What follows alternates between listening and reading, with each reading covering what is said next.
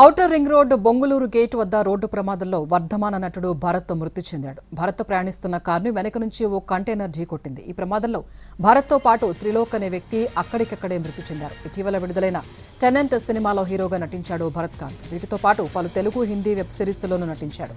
త్రిలోక్ పలు తెలుగు చిత్రాలకు సినిమాటోగ్రఫర్గా పనిచేశాడు. వీరిద్దరూ కలిసి నెల్లూరు వెళ్లి తిరిగి వస్తూ ఉండగా ఈ ప్రమాదం జరిగింది.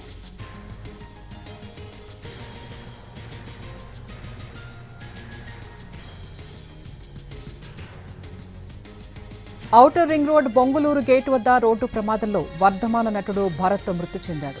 భరత్ ప్రయాణిస్తున్న కారుని వెనక నుంచి ఓ కంటైనర్ ఢీకొట్టింది. ఈ ప్రమాదంలో భరత్తో పాటు త్రిలోక్ అనే వ్యక్తి అక్కడికక్కడే మృతి చెందారు. ఇటీవల విడుదలైన టెనెంట్ సినిమాలో హీరోగా నటించాడు భరత్ కాంత్. వీటితో పాటు పలు తెలుగు, హిందీ వెబ్ సిరీస్లోనూ నటించాడు.